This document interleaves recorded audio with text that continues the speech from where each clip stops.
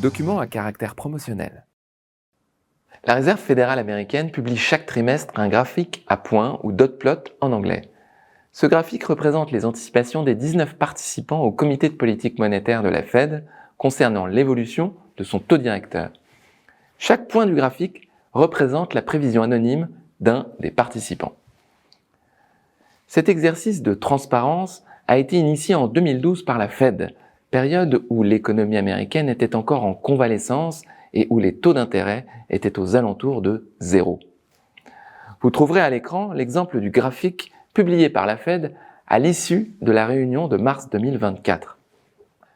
À chaque publication d'un nouveau dot plot, les investisseurs le comparent au graphique précédent afin de déterminer l'évolution du sentiment des membres du comité susceptible d'indiquer la direction future des taux directeurs.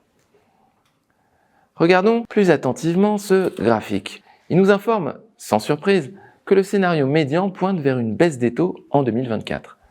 Nous pouvons toutefois observer une divergence assez forte entre les membres du comité quant à l'ampleur de la baisse, notamment en 2025 et 2026. Bien que l'utilité du graphique ne puisse être remise en cause, quelques réserves peuvent être émises sur son interprétation.